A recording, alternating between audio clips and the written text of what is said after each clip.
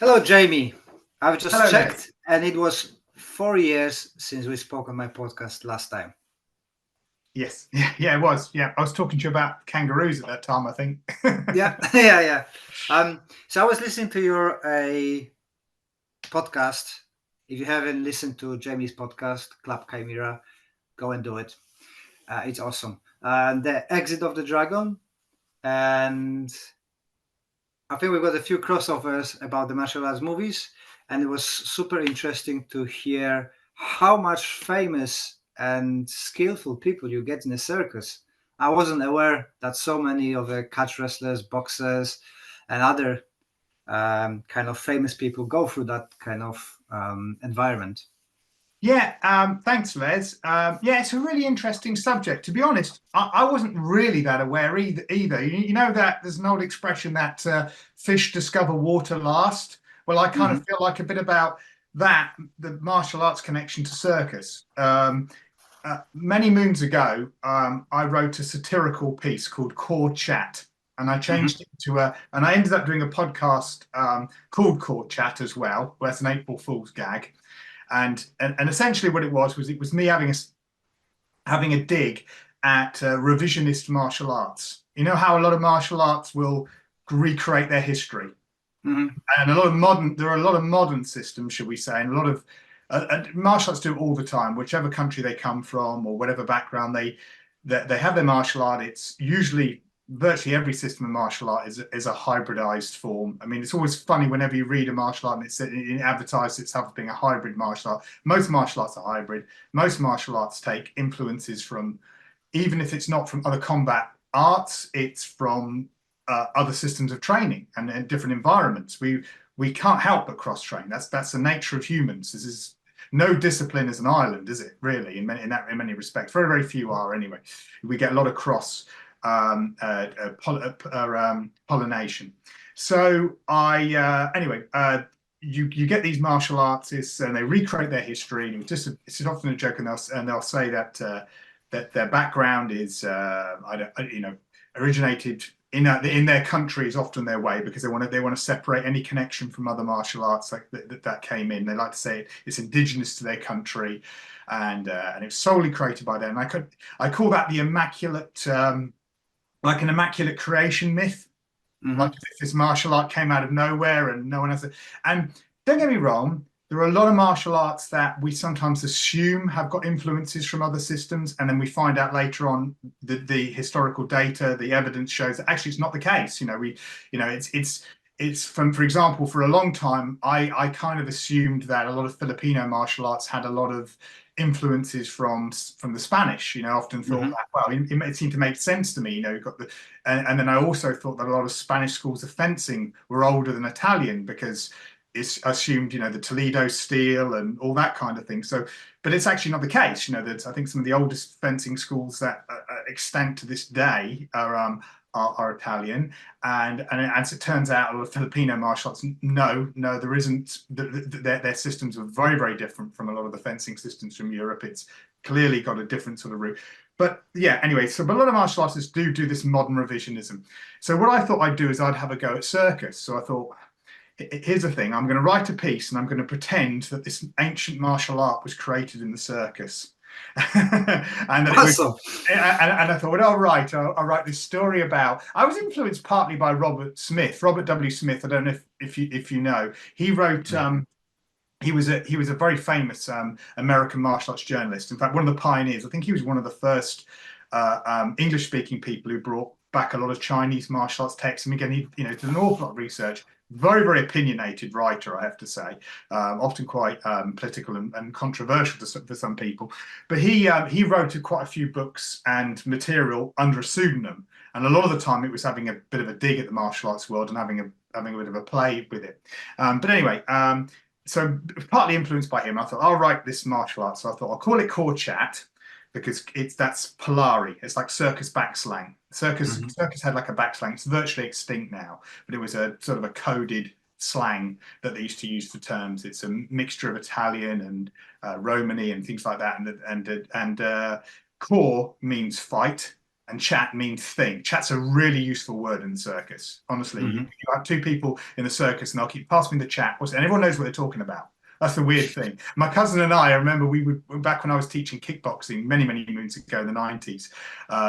He'd just come along as my help, just to work the desk while I taught the lessons. We had quite a little thing going on, and people would just be, they're shaking their heads. The students would be going, because we'd be going, get the chat. There's the chat in the car. Get the chat. And I would go, what, wait, and how do you two know what you're talking about? And he goes, and it's that weird sort of thing. I mean, I'm not multilingual, even bilingual like you, Les. So, but you kind of, it's funny how there's just like inflections and inferences that you get in language, isn't there? And then other people that you connect, but that's what you often get with that slang.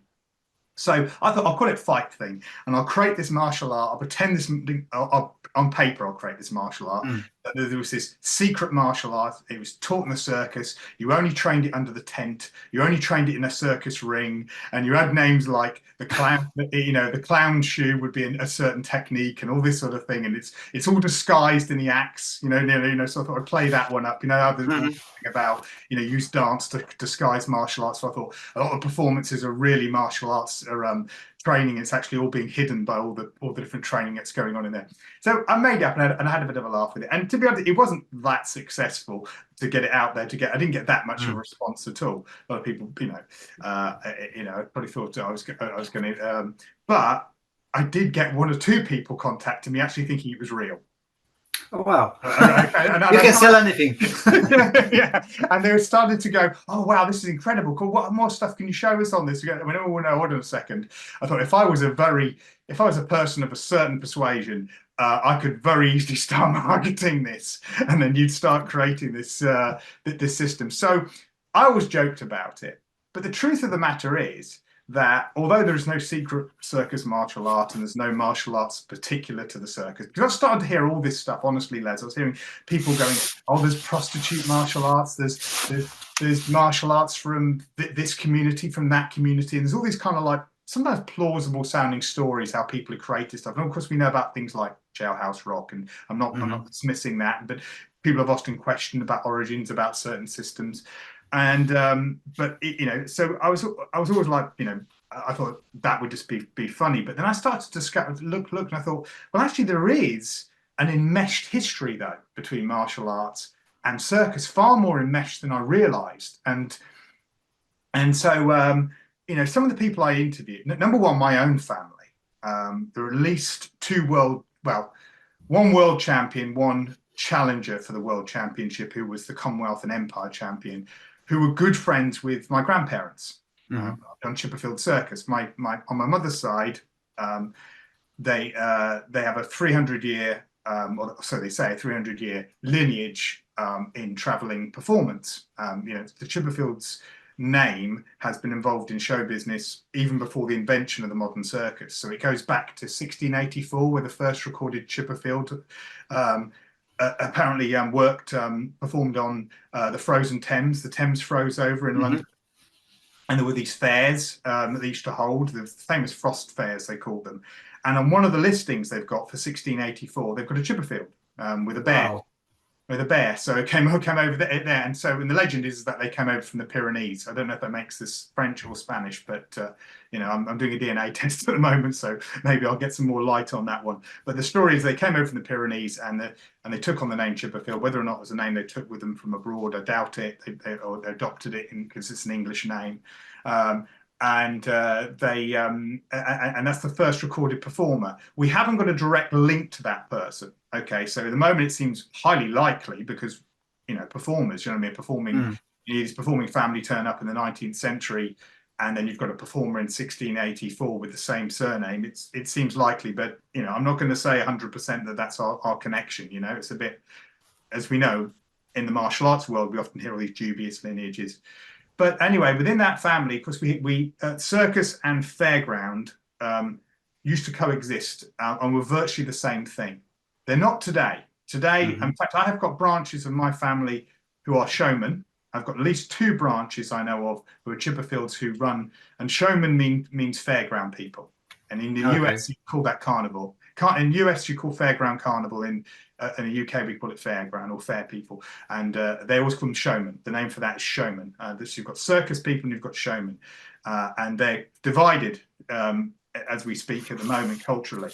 But you go back about 50, 60 years, and they were pretty much the same. This is just it. And my family were very much the same. So the fair and the circus would be operating together as they'd just be traveling, and you'd have the fairground attractions and all the sort of stuff that was going on there. So within those attractions, you obviously have sporting events. And I'm sure, as you know, wrestling has long been a part of fairs. You know, both in the UK and in France, for example. So in France, we get Greco-Roman wrestling. Yeah, it's a misnomer, you know, Greco-Roman wrestling, as we know. It doesn't resemble anything like ancient Greek wrestling. It's just the name they ended up calling it. But essentially, the styles of folk wrestling were then developed into what we call Greco-Roman, which is the, frankly, fantastic combat or art and martial art of Greco-Roman wrestling. And then you kind of got, and then over in the UK, you've got the various different folk styles of wrestling. And I don't mean folk style in the same way as America uses the term folk style. And one of those was Lancashire wrestling, which became catch as catch can. You know, became catch wrestling, which became a very hybridized style. So, you know, Lancashire wrestling, you know, in some respects, Lancashire wrestling resembled MMA in a way. You know, it's you know, it's a lot of argument saying that, you know, it was a form of MMA. In America, they had the rough and tumble, which was also like a very brutal form of MMA. Where I mean, to give you an idea how brutal it was in America, one of the names for rough and tumble wrestling was gouging. You know, so you get an idea why it's called that. But over here we had Lancashire wrestling, which became catch as catch can. It mixed with the visiting jiu-jitsu, stroke judo that was happening at the turn of the 20th century and things like that. Now, where were those bouts being held? They were being held on fairgrounds, and they're being held in theatres. But what theatres were they being held in? Musical. Now, musical has a shared history with circus, strong shared history with circus. And I know that because my first book I wrote was called The Legend of Salt and Sauce, two of the UK's most famous elephants that came over from India at the turn of the 20th century. And their trainer mainly worked in musical and vaudeville. In America, the equivalent's called vaudeville. So you've got musical over here. So essentially, these are these buildings, and these buildings were often built for that purpose. They weren't built for what we call straight theatre or opera or anything like that. They were built for musical. They were built for circus, because circus wasn't always touring, and it still isn't always touring. Circuses are often, there are whole buildings like the Cirque d'Hiver in France and various other places where buildings are actually built for the purpose of putting a circus on. A type of variety performance. So it's almost interchangeable with musical. There are certain things that are very particular to the musical style, and I'm not going to say they're exactly the same, but they're so intermingled, it's very difficult to untangle it as far as the history is concerned. A bit like fairground and circus. So you've got circus with fairground, circus with musical, circus with vaudeville abroad. So you've got this going on, and within all that, you've got these fighters. So first of all, you've got the wrestlers. That's the first thing that comes to mind. The catch wrestling coming up out of that. So with the catch wrestling, you've got this, wrestlers going on and having a wrestling match in front of everybody. In most cases, like taking on all comers, taking on challengers. Yeah. Okay. So this is not uncommon in a lot of martial arts, as we know. You know, everything from a motobu, you know, in karate, you know, challenging people to prove that his art's effective, to the Gracies doing it over with Brazilian Jiu-Jitsu. Challenge matches are not an uncommon thing. Obviously, people are paying to watch these things, and you've got prizes and all this sort of stuff going on. Obviously, you know, when you watch, but also boxing matches are happening at the same time. And I'm sure you also be aware that in the 19th century, you know, wrestling and boxing had a very shared commonality. A lot of boxers were also wrestlers. And I think a lot of people don't appreciate just how close that was up until modern times. I mean, I'm talking about in the early part and the first part of the 20th century. So relatively speaking, it's not that long ago, or maybe it's because I'm getting old now. It doesn't seem to be that long ago. You know, that's my that's my grandparents' generation. So you have this going on. You've got the boxers who can also become wrestlers. You've got Jack Johnson, the first black heavyweight champion of the world, wrestled a lot, and certainly when he was still world champion, when he was when he ran from the US, when they put the trumped up charges through the Mann Act, and he had to flee the US and tour as still as the world champion outside of the US. He would have to, he was struggling to make money, so he was having to wrestle as well, but not only wrestle, but also perform as a clown, as a musician, the world heavyweight champion of the world in these performances, which again is linked to Circus. Someone else who was like that is that. So you're looking at Jack Johnson. So Jack Johnson lost the world heavyweight championship in 1915, but one of his successors, well, his successor after Jess Willard beat him. But when Jess Willard was defeated in 1919, who beats him but the great Jack Dempsey, a guy who, again, revolutionized a lot of boxing. So much of the stuff that we look at the boxing style. And Jack Dempsey's often credited with putting more striking into boxing. He's credited with, if you look at a lot of Jack Johnson's bouts, a lot of people are often surprised at how much grappling there is in Jack Johnson. If you watch the Jack Johnson, if we, when we look at bare knuckle fighting today, a lot of people make the mistake of thinking that resembles the old style pugilism, the sort of stuff that Tommy Joe Moore teaches. Joe Moore, teaches the 19th century style pugilism. But a lot of people mistake, and I've had these conversations with Tommy as well, and he agrees with me that the bare knuckle fighting you see today, whether you're looking at the organized bare knuckle fighting, or whether you're looking at the fights within the Parve or Romani gypsy communities, they don't resemble what 19th century bare knuckle boxing looked like. What the predecessor to glove boxing looked like. That's because they could throw and grab it. We've got some books about it, isn't it? They're showing the techniques that you get a hip toss and stuff. Yep, absolutely. That was happening, right? And bear in mind that although the Queensberry rules were only invented in 1867, they didn't become mainstream until the 1890s. So it's you've got a long period of boxers crossing over there, and then, as I said, right up until the time of Jack Dempsey, right up until for the first 2 decades of the 20th century.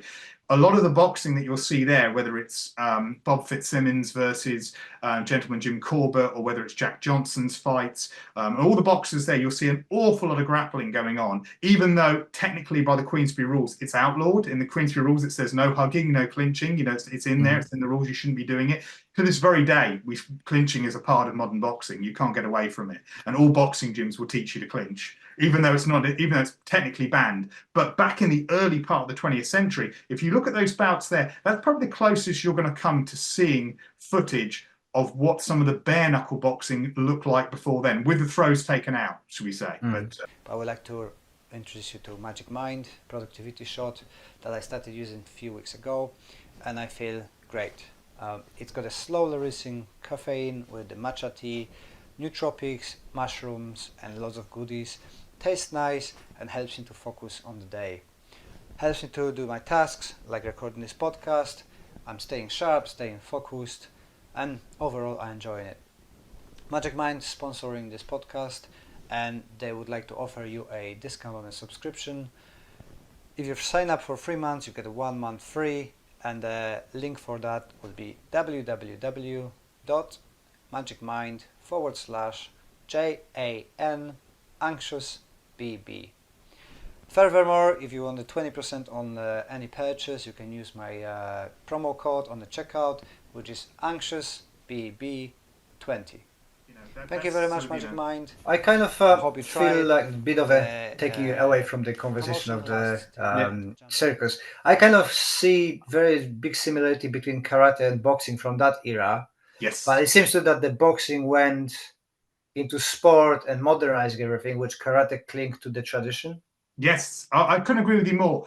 And one of the things I mentioned on one of my end of year podcasts was during some of the learn from the fight service that I offer. So I do like an online Zoom private lesson service where we look at the history of fighting, history of sport, of combat sports, and we analyze fights. And there's a lot of different ways that we could do that with the lessons. But we got to 1959 Muay Thai. And we looked at Muay Thai, how some of the changes has happened. I mean, the changes in Muay Thai from the 1930s through to the 1950s is huge. You can actually, by decade, if boxing changes, the boxing change is a fast, but it's quick, but it's still gradual. Do you know what I mean? Change as it comes up to there and sort of peaks in the 50s. Muay Thai changes dramatically. The Muay Thai of the 1940s looks very different to the Muay Thai of the 30s and looks very different than the Muay Thai of the 50s. 1959 Muay Thai, though, before there were stricter rules on throws, there's actually a cross buttocks throw in there, a perfect cross buttocks throw on the footage that you can see. I can send you a link to it. It's one of the videos we watched, and we paused it, and actually I took a screenshot of it to share, and it's a perfect cross buttocks throw. It's like, it looks like something out of Ian Abernethy's throws for strikers, the hidden throws of boxing, karate, boxing, and taekwondo. It looks like that's a perfect cross buttocks throw, which was a very common throwing technique in pre-gloved bare knuckle fighting boxing, and it's also in karate throws. Yes, the cross buttocks throws. So it's a move like that. So it's interesting just to see that. So yes, I think that's dictated by the gloves, because you cannot grab properly with gloves, right? So it's easier to punch than. Yeah, and the gloves have evolved as well. That's just it. The webbing, as we know, the webbing on the glove, part of the reason for that is to stop the gouging. This is a lot of fighters like Harry Greb and things like that used to gouging, and Jack Johnson and a lot of other fighters would use, because there were smaller gloves back in the day. There was like the 3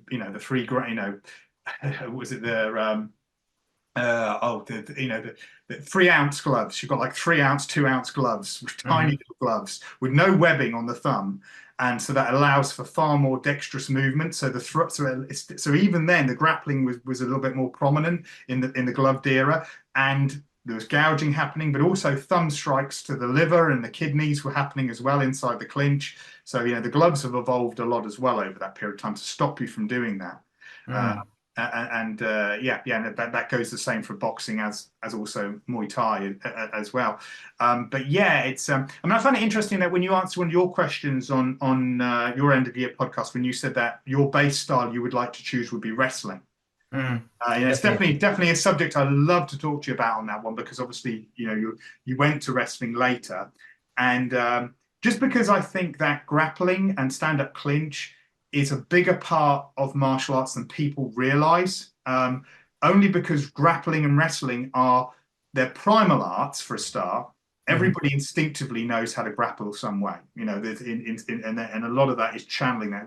It was probably the first form of combat that we did. I mean, if you look at animals, I mean, I know from growing up on the circus, again, seeing bear cubs play with each other, even seeing dogs play and stuff like that, that you can see crude grappling moves there. You can see crude grappling positioning and stuff like that, because it works. It's efficient and it works like that. But and there's a few sort of revelations that have happened over the years when I've been listening to some and reading some very well-researched, well-read martial arts historians coming from both Asia and Europe, and there was like an assumption that I think a lot of teachers had when we go back about 100 years or so. There was an assumption a lot of teachers had that everybody already knew how to wrestle and grapple, because it was very much more a part of everyone's life than it is now. So karate, for example, you've got Tagumi, obviously, and Okinawa and things like that, and you've got Funakoshi mentioning it and how he thinks it's a very important part of for a karateka to know. And you have with the katas, and again, this is not my wheelhouse by a long shot, but from an overview, as a cross-training martial artist, it makes sense to me that there would be an assumption that when you learn karate, you already knew how to wrestle, you already knew how to grapple. At least in Okinawa, not necessarily in Japan, where you've got the separation with the jiu-jitsu and the I think the Shima or Tegumi was taught in school in Okinawa for children anyway, Yes, as a yeah, national sport. So I think exactly. that's why the US states dominate MMA now, because everybody does a grappling in school. Absolutely, and that's exactly with MMA. There's a you can that people have done this so many times when they've looked at the greatest number of world champions within MMA on a percentage basis over a period of time have a Wrestling. solid background in wrestling. You know, it's just it's there, and a lot of the time, you get somebody who's a very competent wrestler, and then you teach them how to strike. You immediately create a very effective fighter. It's as simple as that. It's just so yes, so you've got that happening in Asia. So you've got that happening with and certainly you hear a lot about that in a lot of the Chinese martial arts as well. I know, and I'm hearing a lot of, funny enough, MMA teachers and people like Ramsey Dewey, finding all this kind of thing, or MMA coaches in China that are looking into Tai Chi and saying, there's so much grappling application in here. It's so obvious, in terms of the movement and how things were done. And when you look back at the history and you realize, oh yeah, there is just so much, grappling, but there's so much grappling that people take it for granted. Back to that whole, fish discover water last kind of, metaphor, if you like, an analogy. So European martial arts the same. You're starting to hear some really interesting HEMA teachers who are saying, what a lot of you guys are missing here when you're trying to resurrect these extinct martial arts, these extinct European martial arts, is that the assumption, when you read the text properly, you actually start seeing this little throwaway phrases like, wrestling should be part of your regular training. Wrestling should be, because the knowledge and assumption straight away was that these guys all knew how to wrestle. So you look at the old fencing. I mean, when we look at fencing today, the sport of fencing today doesn't resemble anything like what dueling resembles, or what live blade work resembled in the past, any more than point sparring karate resembles what the sort of the combative Okinawan karate, early days of karate resembles. So in the same breath, you've got the European stuff where wrestling is just such a big part of it. And again, some of the HEMA teachers are saying, look, guys, actually, what would be a good idea would be for you guys to I know it's all exciting. You're covering all these different weapon styles and trying to work out how all these weapons work, and you're bringing your own martial arts influences and experience in here to work out. But number one, how about everybody go at base level here and learn how to wrestle? Learn the basics of wrestling, and then go to learning how to use the weapons. Why? Because just about every one of those medieval and Renaissance and early modern era fighters who are learning what we call fencing. Fencing was a very broad term in the past. It didn't just mean using a sword, back in the past. Just like boxing didn't just mean empty hands, as we know. We've got Jim Figg in the 1700s. They call boxing includes use of the backsword, use of cudgels. It's all part of the same martial art, and so a lot of the Europeans would be, their assumption would be straight away, you're wrestlers first, and then now we're going to teach you how to use the weapons on top of that. So you'd already have that positioning and that knowledge, So, and I think as well the kids would learn because there was nothing else to do, so they'd be fighting together, boys. So you naturally learn the moves. Yeah, exactly. So we're trying to often transport. We're not understanding context, are we? So when we're looking at these things, so therefore you end up, if you don't do that, as was what happened with karate, a lot of Chinese martial arts in general, when you're taking an art that comes from a society and a culture that has an assumed level of competency in grappling, and you just take it and then they've learned to martial art on top of that, whether it's a weapon art, whether it's a strike-based martial art, whatever it is on top of that. If you take that away and you plant it on somebody who hasn't got any of that base grappling knowledge, then you start taking it goes in you start with a false premise, don't you? And so therefore you're going to start making very unusual shapes, and then and what's going to happen is then people are going to start going, well, that doesn't seem to work, so therefore that's got to go. Then they'll start bringing in other things, and then what you end up with is like, no, well, you're not ending up with what the art that you're supposed to be doing. Why? Because you start with a false premise. You're not starting with that base grappling knowledge. And so exactly. I mean, so boxing up until the gloves were introduced, had an awful lot of grappling in there. I mean, again, Tommy Joe Moore pointed out in my interview with him that. Also remember the nature of the throws in boxing would be quite different to wrestling. You know, the nature, even though the throws might technically be the same, when you throw somebody in a bare knuckle boxing match, you're throwing them to hurt them, not throwing them to pin them. Because every time someone goes down in a bare knuckle boxing bout, they get 30 seconds to recover. So there's a lot of, you know, savvy writers of the bare knuckle era who would write things where they could see someone smaller using what they call like slipping tactics. And I mean slipping, I don't mean slipping a punch. I mean, there'll be a fighter. If you're a lighter fighter and you're up against a heavier guy, you would typically go in, throw your shots, and then as soon as possible go down, because then you get 30 seconds to recover. And the bigger guy now has got more weight to move around. So you damage him really, really hard. And you don't, there's no points. It's all down to who's the last guy standing. You know, you fight until the other person can't continue. So how do you beat a bigger guy? Well, you just you just make him having to keep walking around the ring, keep walking around, not that it's not a ring, but the area, the outside training, but the outside fighting area. And they would, and yeah, a lot of, you read that, and you read journalists who know that when these people are slipped, inverted commas, they're actually going down on purpose as a tactic to get the other, so the other guy has to, you know, tires out basically. You know, he causes the damage, then he goes down off a really low light punch or slips, takes 30 seconds, goes back on. The other guy now has to, you know, go around it. That causes damage, goes down again, and that's kind of like part of the strategy. So that's why these fights go on forever. You know, I should have used that when I was sparring with Tommy. I didn't know that. Okay, we're fighting bare. Yeah, I mean, I wouldn't want to fight Tommy under bare knuckle rules. There's no doubt. So yeah, it's an interesting thing. But yeah. Anyway, so so if you want to bring it back to the circus thing again, so there was a couple of fighters that did come through. I say come through. They were good friends of my grandparents, and one was Tommy Farr, who gave Joe Louis one of the hardest fights when Joe Louis was at his prime. So Joe Louis, arguably the greatest heavyweight champion of all time. Again, contentious thing, but you know, okay, he's at least the guy who fought the most consecutive fights in defense of the world championship. So I think that's, you know, it's 1937 to 1949. He held the championship. He fought, or he never ducked a fight. I think he defended the title 25 times. Wow. You know, so that's amazing. And he's, you know, 15-round bouts. He fought 6 fights in 1 year defending the title. Went on tour. They call it Bum of the Month.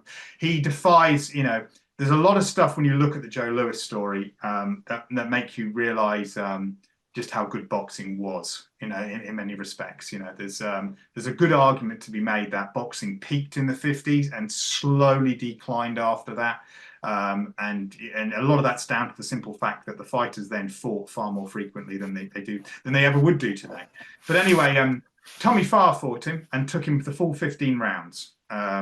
After he beat Max Baer, Tommy, who was the ex-world champion, in order to qualify to fight Joe Louis. He then fought James Braddock afterwards, who Joe Louis had defeated to get the world championship, and he lost to him. And then he did a rematch with Max Baer, and he lost to him. But he fought within 7 months. These fights are all happening within 7 months. Bear in mind, that's no time really for recovery for a break. No, exactly. So that was Tommy Farr. I mean, Tommy Farr was working. His mother died when he was 9 years old, and his father died a few years later. So he became the main breadwinner for his family when he was about 13, where he was made to work down the Welsh mines. And a lot of people used to think that he had this bruising around his face. Like, I say bruising, it wasn't bruising, it was marks, like dark marks he had around his face and also along his back. And people thought that come from his boxing. I mean, he fought well over 100 bouts in time, but it wasn't. It was actually from the mines. Yeah, it was from taking explosions in the face down the mines. Oh wow. And all the stuff across his back, and he was doing that from about 13 years old, going down these mines.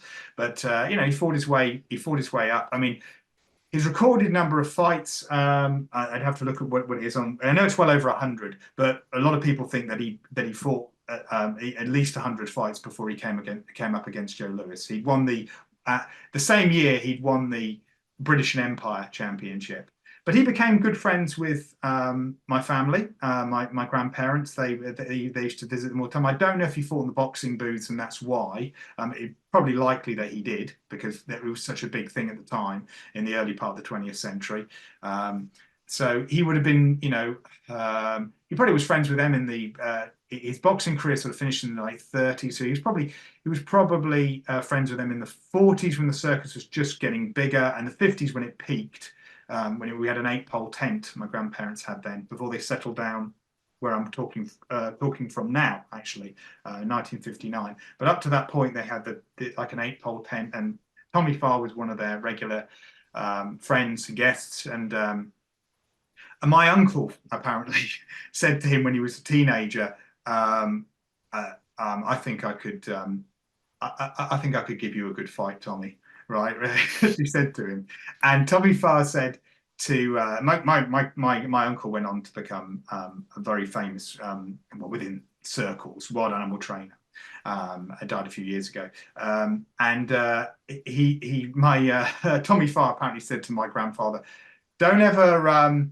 Always make sure that you keep that boy's confidence. So he just said this to Tommy Farr. And to be fair to my uncle, I mean, he was a competent guy. I mean, in terms of fighting, he learned how to fight on the circus. I don't know who his boxing coach was, but I remember talking to him about it, and he said, again, this gives you an idea of how much boxing was very much considered to be a self-defense system back in the time when he was training. So he was training in boxing probably he was born in the 40s, so he would have been, so yeah, about the 60s time was when he was doing his main boxing training. And he even trained with Muhammad Ali's boxing camp when he went over to America to be on Ringling Brothers Barnum and Bailey Circus. But he said that when he was taught by his boxing coach, he said he learned a lot of dirty tactics. He said, my boxing coach taught me how to defend myself. So it was taught like a martial art, you know what I mean, boxing. So I went, what do you mean by that? I said, what? He taught you how to throw a few low blows. And I didn't know anything about dirty boxing tactics at that time at all. He went, thumbs in the eyes, and he explained a lot of the stuff. And he used it a lot in self-defense. He used it to disarm an armed gunman. It's on one of my podcasts in Ireland. I don't know if you heard that one at all, but they've been in one time. No. Now, well, in Ireland, the whole story's on one of my podcasts anyway. But basically, we're gonna link it in the. If you send me links, yes, put it in the description, and then people and I myself can catch up on it. Yeah, sure. Okay, good. He disarmed an armed gunman over in Northern Ireland, and chased two robbers off essentially, and again, lots down to his boxing skills. There's a note from my mum's diary from the 1960s where they were touring South Africa, the Trapeze Circus, and we've got a diary entry from 1966 on the 12th of October, and essentially her brother, along with the circus pickpocket, because there's an act called, you had a pickpocket, an act where a guy comes out. Essentially, he picks everyone's pockets, not everyone's, picks different people's pockets, and then goes in the ring, and people don't realize they've had their pocket picked, and he starts showing everybody in front of all the audience where they've taken everyone's pockets and gives it back to them. And he has people in the ring, and people can't, and he's always doing that. This guy was called Gentleman Jack. He was also a magician, but he was a boxer as well. He trained as a boxer as well. Another guy. And anyway, over in South Africa, they went and visited another circus. So it was like Chipperfield Circus, and then there was Wilkie Circus, and that really was the only two circuses going in South Africa at the time. And they're on their way back from visiting this other circus, and they were held up by 4 people. So 4 people stopped the car, and they defended themselves, and not a scratch on our guys. But including my uncle. So my uncle gave one of these guys a broken nose. One of his friends gave him another one 4 broken ribs. Gentleman Jack, this pickpocket, bashed this guy's ear, and then their 4th guy in their group spraying the other guy's wrist. But they then discovered that the 4 youths were the police. All right. These 4 people who are supposed to were holding them up were actually plainclothes police officers. Okay, and they completely kicked the crap out of them, basically. But again, that was all the boxing. You know, again, that was that sort of boxing background training. The other person who was on the circus was the world light heavyweight champion. Sorry, Freddie Mills. So Freddie Mills, and it's actually I appreciate this podcast, so it's not very good as for visual aids. That's right. I'm gonna put it on YouTube as well. Oh, okay, cool. Okay, well, in Freddie Mills's autobiography, 20 Years. Okay, so he's the light heavyweight champion. In 1948, he beat Gus Lesnovich for that. But in this particular edition, if I can find it, yeah, here we go. So, okay. Moment. He went back to the show, and there's actually some. If I can find them now, I can send you the pictures for links anyway. But yeah, he took some. He took photographs of visiting the show again, yeah, I'm sure I've got some, because the reason why is because Freddie Mills, early days, he fought in the boxing booths on Chipperfield Circus on the fairground part of the Chipperfield Circus. So that's how we know the background. But there's I can send you links to the pictures anyway. Sure. I think that the circus before internet was a kind of a good way to get the people's attention and put your name down there. We know that Oyama went to States as well doing the shows, the wrestling shows and demonstrations. Yes. Yeah. Exactly. We know the link that the Gracies were circus promoters. Gracies were actually circus promoters. And, yeah, absolutely. And Carlos Gracie, senior instructor, was a judoka from the Kodokan, but he was working as a catch wrestler on the circus. So and the Gracies were running a circus. I mean, I don't know much about Brazilian circus families, but if they were running a circus there, then they were a circus family. So effectively, Brazilian Jiu-Jitsu owes some of its creation not just to judo, but actually to catch wrestling. And a lot of people don't think about that. So we think about the easy transition to the no-gi. The assumption there is, oh well, they were just fighting the Brazilian wrestling, the name of it escapes me at this precise moment. Okay, but there's a specific lucha libre. Sorry. Lucha libre. Lucha libre. Yeah, lucha libre. Yeah. The reason why I'm careful about that is because it sounds very similar to Mexican pro wrestling. Okay, but lucha libre. Yes, that's right. So the assumption is that they were just in challenge matches for lucha libre fighters, and that was it. But a lot of the no-gi stuff, of course, would come from the catch wrestling training. That was also part of their training. It wasn't just judo. Judo was the main route and the main sort of mother or father art, if you like.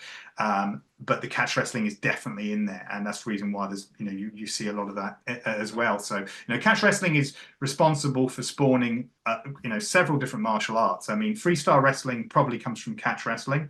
They just took the locks and holds out of it.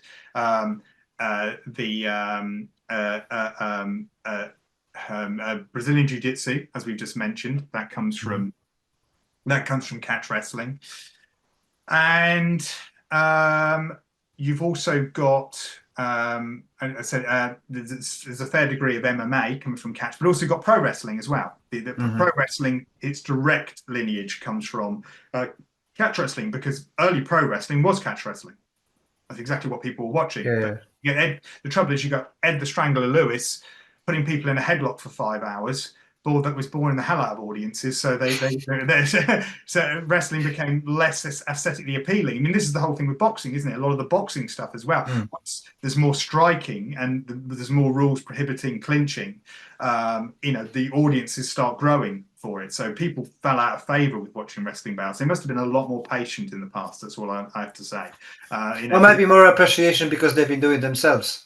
Yeah, probably more along those lines because of that. Exactly. So the patients would have grown from having it around them, and they would. Well, it's a bit like there are sports, for example, in the book The Pajama Game, all about the history of judo. Mark, there was a quote taken from people watching the Olympics, a journalist watching the Olympics who wasn't into martial arts at all, and the judo was put on in the middle of the night, and they said judo, a sport that's so boring that the competitors have to wear pajamas. And we know that. And funny thing is that when I've got clients now, I mean, I don't teach any gi stuff, but when I have clients now doing submission grappling, their appreciation for watching grappling has just grown. Prior to that, they actually said to me, it's so different. So before, I'd watch people grappling and I wouldn't know what the hell's going on. And it would just look messy and scrappy. They said, but now I'm doing submission grappling, it becomes really exciting. So, Brazilian Jiu-Jitsu is very much a participation sport. It's doubtful, certainly under the rule set it's got now, just like judo, that it's ever going to be this mainstream.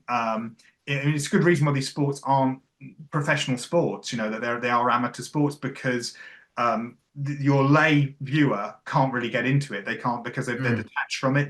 People understand percussive impact better than they understand, the grappling. MMA just gives you kind of that other area, if you like, but people have a better appreciation for looking at percussive impact than they do grappling. Grappling, the average person. But if you're this was the main concern and kind of drive for changes in wrestling when I was in Poland, and I've been involved with that Olympic movement.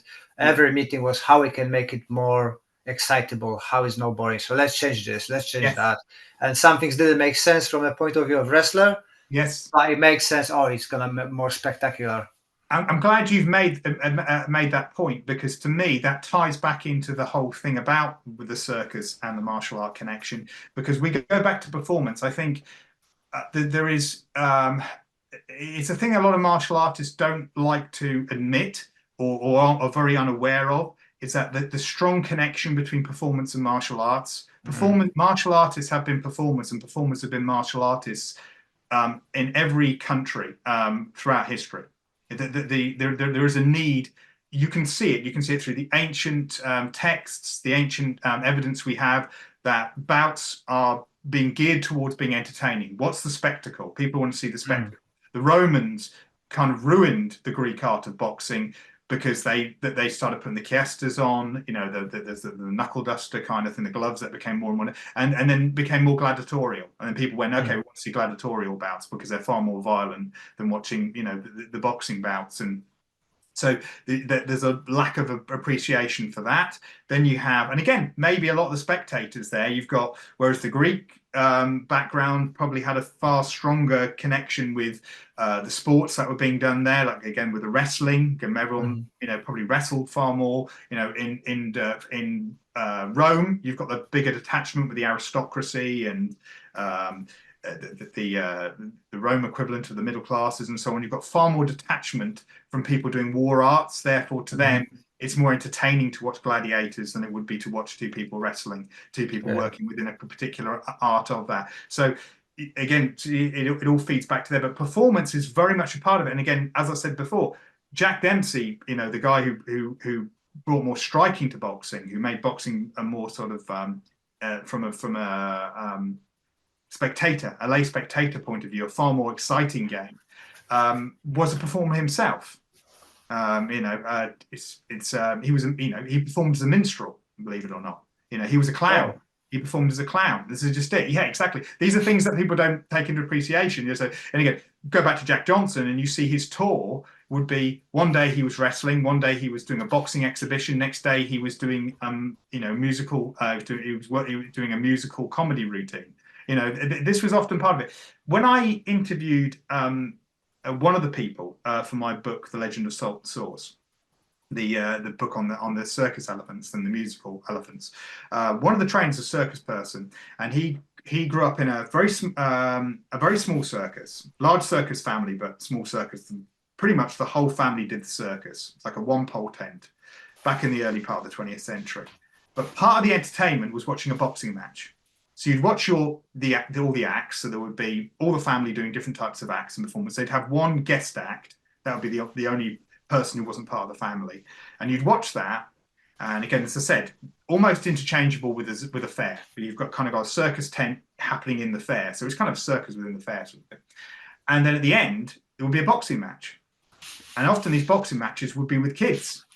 And from the age of 8, this guy who I was interviewing was having boxing matches with the local kids who could come up and challenge him from the age of 8 upwards. Hard times. Okay. And if nobody would come up and fight him, he'd have to box with his brother. Oh, wow. And he'd have to have a match with his brother, which leads me to a few. And again, he was a very competent fighter from a self-defense perspective. We have got evidence not only from what he was telling me in the interview, but also from an observer, a guy called Rupert Croft Cook, who wrote a book called The Circus Has No Home, that was talking about the same circus family from which he was coming from. And he talks about a situation where these brothers just were essentially, they had sisters, and some guys were getting a bit friendly with the girls, and the girls weren't interested, and the brothers stepped in and they cleared the bar. Wow. Like about 5 brothers who just completely cleared the bar, just because how proficient they were. Again, but if you imagine day in, day out, every day you are not only performing acrobatic routines, to a level that people are willing to pay money to watch you, so often, and this is the days before safety nets and what do you call it? Safety harnesses or anything like that. Acts where you could disable yourself straight away or kill yourself. They're doing this day in, day out. Plus, they're getting involved in boxing matches every day. So that's their life. And then they get involved in looking after animals and cleaning out after animals, working with elephants, stuff like that. It's a lot of hard work. So they built those kind of people. But despite knowing all that, and looking at what I know about pro wrestling, back in the day, there was this generation of pro wrestlers who were dismissing the next generation of pro wrestlers about them being staged. They were saying, back in our day, our matches weren't staged. You guys are all just a bunch of, performers. You're just a bunch of actors. You didn't. Very unfair, because most pro wrestlers, not all, but most pro wrestlers will learn catch wrestling, will learn a form of catch wrestling, and they will compete. They will fight with each other. And there's a good number of people who are amateur wrestlers who then go to pro wrestling, and there's no shame in that. But my view is that even before the earliest examples of which we have got of pro wrestlers throwing matches, 1925 was the first world championship where we know it was staged. Worked is the word. Staged, they don't like that term, but worked is the word. As in you've got to who the winner's going to be. But I can't believe that all the matches before that didn't have some degree of people throwing stuff. And I believe the same thing happened with boxing as well. A lot of you can't be boxing a hard fought match every single day. There's got to be some kind of agreement that's going on, particularly if you're fighting members of your own family. Every day. It's got to be a sparring match. You're just going in there going, we're going to spar. And not just sparring, but also, because you can spar, but if you're sparring in front of lots of people and you've got, that kind of pressure going on, you can bet your bottom dollar that, can you imagine going in there and then the next day you've got to do a trapeze act and your face is all completely mushed up. You've got a big swelling on your eyes and all the rest of it. So you can imagine it would be like a case of, look, okay, we're sparring tonight, we know what's going to happen, okay. And you'll end up starting to work out things like, okay, jab cross, I'm going to duck under that hook, catch you with that, you're going to come back with, there'll be like, you're going to see that kind of stuff going on. I'm not saying the longevity thing, isn't it? Exactly. So, and you see it happening in vaudeville and stuff like that. So I'm not saying that the challenge matches definitely were a part of it, and they did happen, and they were very competent fighters.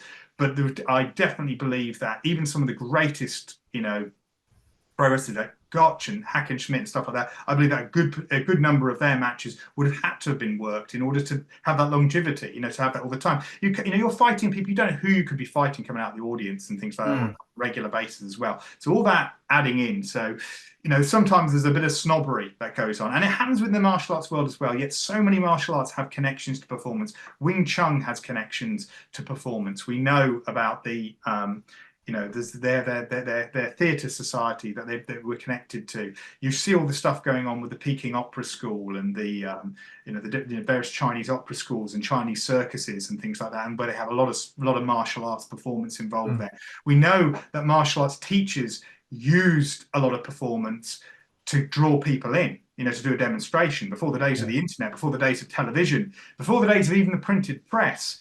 You're a trained martial artist. You're no longer going to war. You can't get maybe a job as a bodyguard because all the jobs have been taken or something. So you go, okay, what am I going to do? Okay, well, I'll run a class, because just like in the UK, there are plenty of civilians who want to pay money, particularly from the sort of middle to upper classes, who are going to say, we're scared of getting attacked, so therefore teachers' skills that you've taught, okay, we'll run a school. How do we draw people in? Well, we're going to do stuff that's going to be appealing. So, you can find stuff in the early part of the 20th century of footage of Chinese martial artists doing very performance-based techniques, things that are clearly not practical. There's this footage of people in markets doing sword routines that you can see are not practical. They're striking really contrived poses. The poses are very much that. And then it's even like, I would even take that as far as breaking. The breaking that we see that comes through in karate, and obviously taken to huge lengths both in Kyokushin, but it's certainly in the Korean martial arts. I mean, Koreans seem to completely embrace that side of karate. Because I was constantly looking and saying, where's the origin for this? Where's the origin for this breaking? This whole concept of testing yourself against breaking things, because it's not in all martial arts. But you notice that you start seeing in the late part of the 19th century, and this is just a hypothesis. I'm not basing this on a huge amount of concrete evidence, but it seems to make sense to me. You've got now this move towards health, certainly happening in Europe. People have got more prosperity. People are more interested in health. That's when a lot of the health phases start there, don't they? A lot of the diet fads, a lot of the diet cults, a lot of the good and bad stuff coming out of there. And you've got a movement to, and then, part of showing that you're successful starts becoming that you're healthy. This is interesting. I talk about some of that in the yoga myth on my podcast. So I talk about a lot of people's perceptions about yoga. That it's like an exercise routine of far detached from what yoga has been for thousands of years. It's been a spiritual practice, often with very little relationship towards any sort of physicality or stretching or anything. That kind of stuff only sort of comes through one particular sect of yoga, and then only in the 20th century does that become something else. But anyway, late 19th century, we've got this move, certainly in the West, and you're seeing it coming through all the colonies of, people who are wealthy are also healthy. They're interested in making themselves physically stronger. That gymnastics is taking off. You've got all this kind of interest in doing that. But part of it then goes into showmanship, and then you've got the strongman routines. And what does strongman routines involve? Breaking chains, breaking blocks of wood and stuff like that. It cracks me up because I look at a lot of routines that people would show me with martial arts and go, oh, this is traditional, like chopping things across people's bodies and that, to show the control, when they do that on the demonstrations, and they go, oh, this is ancient, traditional method. And I'm going, that's interesting, because I've got some footage from 1950s on our circus of a woman doing what we would call a fakir act. That's a term appropriated from Muslim religious sort of mystics, but from the Muslim religion, they call them fakirs. They used to call them fakirs. But it ended up becoming a catch-all term for a type of act where people would lay on the beds of nails and have people stand on them, and they put their face in broken glass, and they'd lick, hot coals and bend bars on their throats and all that sort of thing. They're all fakir acts and tricks. So this is all part and parcel. This sort of came in. It came in through people who were mystics, so they were on the street trying to push their particular religious practice, or just to make money because they were nomads, and they needed to make money to eat, and they, in order to part of that, they would do some of these tricks, and these were fakir tricks. So they called them fakir tricks, and then suddenly you start seeing the same tricks turn up in martial arts. As part of the way to demonstrate it. So the breaking the boards is like breaking the chains. The strongman routines become not only strongman competitions, but also bodybuilding. That all comes out of that. And they're all things that are shown in the circuses and carnivals.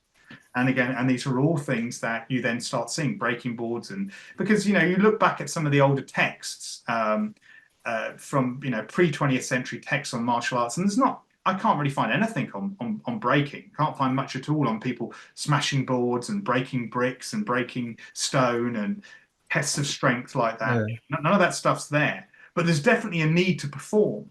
You know, Yeah. it's a way of advertising, and it's ended up becoming. It's interesting how now. So you'll have certain martial arts, certainly Korean martial arts, where breaking boards are now become a traditional part of your grading, and yet it's probably an advertising gimmick. Yeah. Yeah, you know, so it's like. But it looks good. Definitely looks good, right? If you can break 10 boards and somebody cannot, it's Yeah, absolutely. wow. Yeah, absolutely. But we've now then decided to now recreate our history and go, actually, no, this is an ancient test of strength. This is an ancient test of focus. And you can hear people coming up with all these different reasons for why you should do it, or why it's because it doesn't have transferable skill to other areas. Debatable. You know, boxers don't need to break boards, and yet they're the biggest, best punchers in the world. You know, I personally hate breaking, so I don't believe in that. no, I'm not interested in it. I absolutely not. I've no interest in it whatsoever. But it's been associated through martial arts, and I believe it's come through the advertising. And I believe that's and that's where it's come from. It's an advertising gimmick which has come connected to show business, which therefore is connected to fairground, street entertainment, circus. You know, and that's again that connection. I think we can say easily that if you can perform, it makes you easier to catch the people's attention. Yeah. And that's what the most successful martial arts, Oyama, other people have been good at. They've been good at advertising. With the bulls and everything. You know, they're cutting the horn off with the bull. Yeah, definitely a showman. There's no doubt about it. It's great. There's showmanship out of a lot of the great martial artists, and they're very aware of that to this day.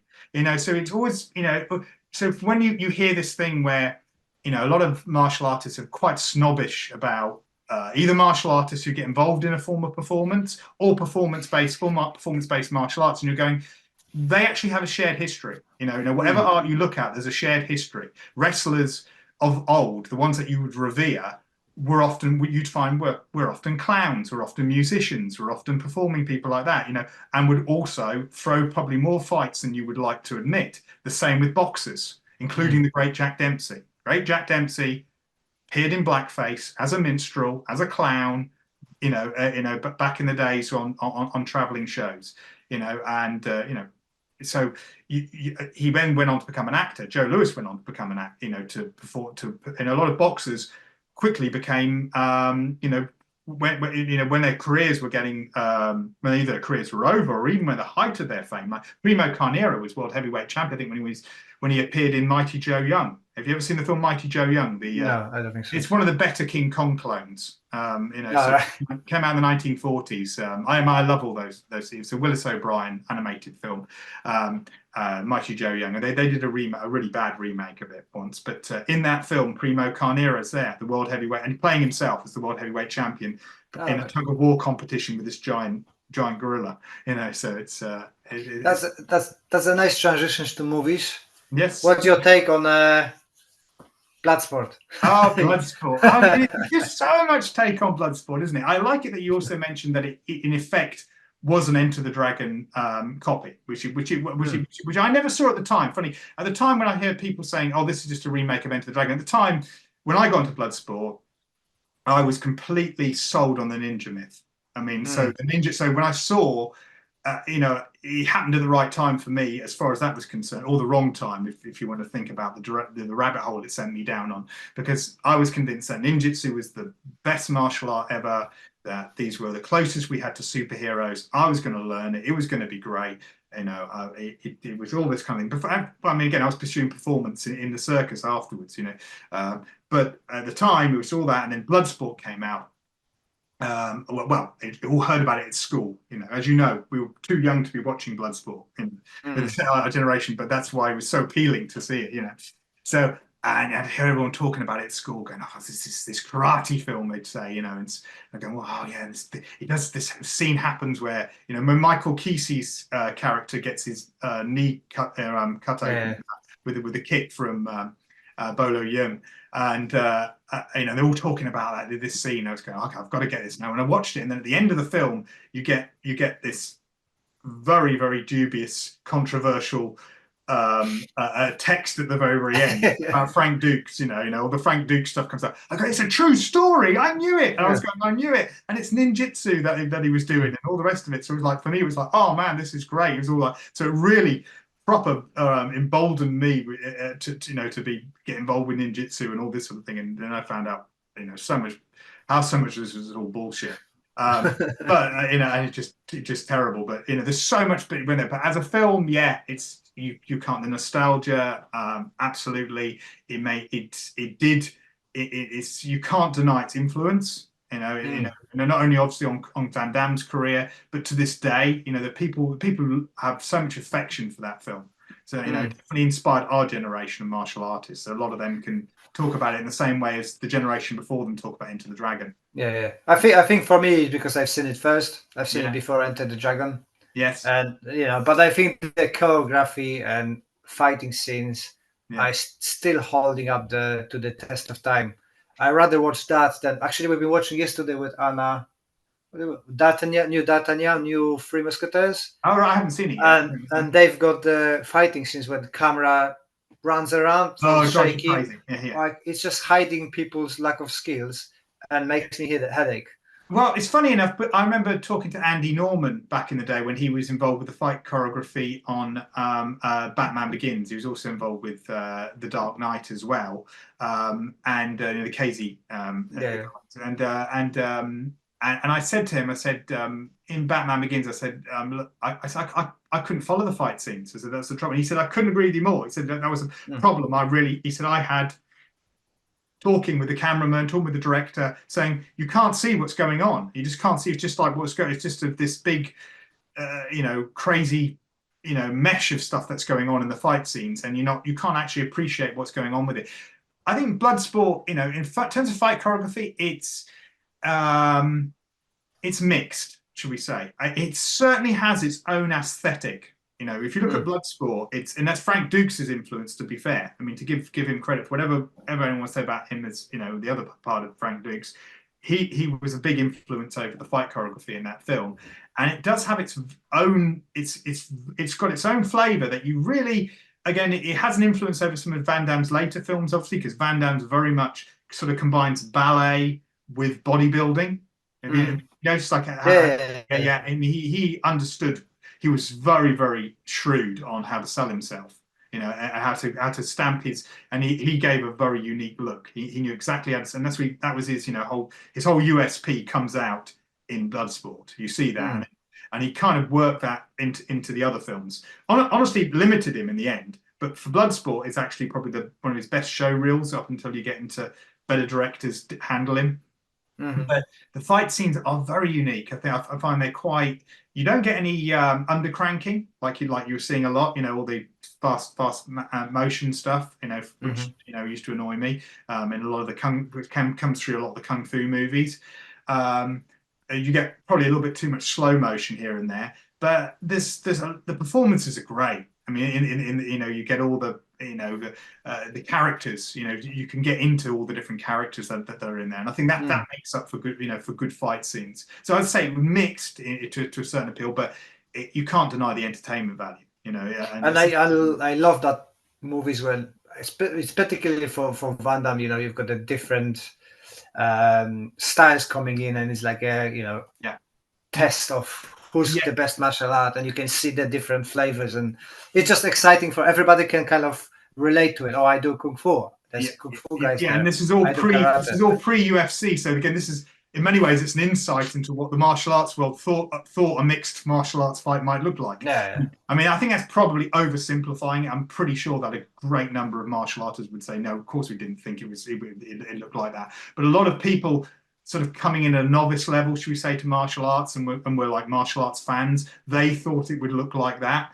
and it's a wonderful sort of as a window into that time, you see with Bloodsport. Well, I thought it's gonna look like that because that was just before I started training, so I was convinced it's gonna be like that. So me too, and I did believe this whole thing about this style counters this style, or this style versus that style, and one style is going to be better, and all this sort of thing. It was not, and okay. Overall, with the exception of one or two of the actors, not the greatest example of acting all round. It's not what you're watching the film for, but for the actual performance, when you get to the fight choreography, I know it's over, it's hyper realistic and all the rest of it. but there is a sort of a dynamic. A pro wrestler would watch that and say there's great psychology going on. And so in pro wrestling they call it psychology. It's and that's what you're seeing between the different characters. This because you start liking characters that you really don't know outside of the fight. Like the monkey style kung fu guy, for example. Yeah. Everybody loves him. We all love him, but we don't see him anyway. He doesn't say a word. Doesn't say a word in there. And when he gets beaten by the sumo, I suppose the guy's supposed to be a sumo. That he gets beaten, he gets crushed by him. It's like immediately we hate the sumo guy. So Van Damme proper tortures him when he fights him. So there's nothing going on here. He's not the monkey kung fu guy's not friends with the Van Damme stroke Frank Duke's character. He's not, we haven't spoken to him. We've got no emotional investment in him other than watching his fight. And I think that is great. When I was involved in doing martial arts performance, that's what I really wanted to try and do. I wanted to try and create a performance where you could use martial arts to express character and personality. People would see that, and the fighting would tell that story. And really good fight choreography does that. Good fight choreography can do that. And so if you think about that with Bloodsport, you think of which characters in there, who are your favourites, who are your little favourite, outside of the Frank Dukes character, obviously, who are some of your favourites? And some of them people say, actually, they don't really say much, or this person doesn't say a thing, and yet I really like that guy. Why? It's because of just the way he is. It's just like that, and that's, I think that's. And again, they tell good stories in the fight scenes. I think some of it, if I was going to pick it apart, a lot of it's very stilted, very pro wrestling in sort of in a way. It's got that part of it as well. There's probably too much slow motion, but you never get bored. You never get bored watching it. No, so Bloodsport was a firm favourite of mine as a kid. Definitely as a kid. Yeah, same for me.